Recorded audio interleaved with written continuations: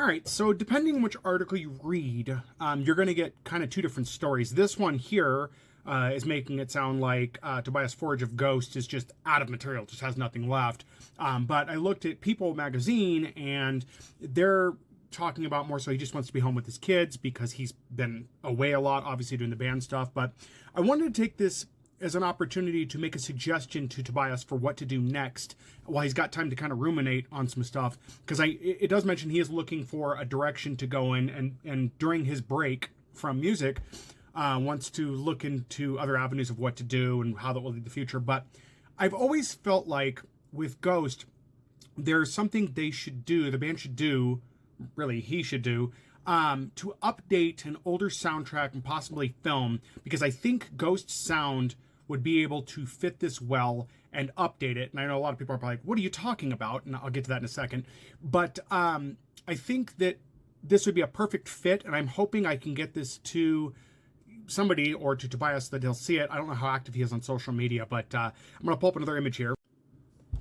If you guys are not familiar with Phantom of the Paradise, this Paul Williams-led film, I think, is an excellent fit, both in style and tone, for Ghost to cover and update into a metalish version of things. If you have not heard the soundtrack to this film, go find it on Google Play Music or wherever it is you get music at, and watch the film if you can. It's from 1974. Paul Williams wrote songs for the movie, and there were other songs, I can't recall if they were before the film or after, but an excellent soundtrack.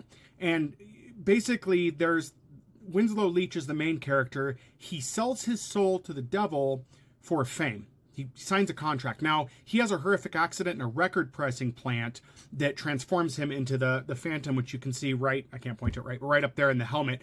Paul Williams essentially is the devil, but was not the devil prior. It kind of isn't. It's hard to explain. You have to go watch the movie, but the flair for this is amazing. It is obviously a play on Phantom of the Opera, but it takes some other liberties, and I think it's a very unique film that does not get a lot of attention. I forget where it happens at, but for a while there was a festival, because this movie's got a cult following. I absolutely love this film, love the soundtrack to it. I still listen to the songs today, and I would like to see this redone. I would like to see somebody take this, and I think with the story that Ghost tells, this would be a nice fit. Let me know what you guys think, but I think it would be excellent to see them do this.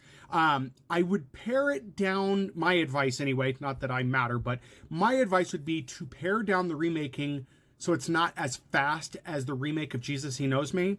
Paul Williams, if you guys don't know, was a songwriter and musician who made a lot of music, and his music went very far and all over the place. His catalog, I don't think, has been covered much, modern anyways, and I think that some of those songs need to be revisited.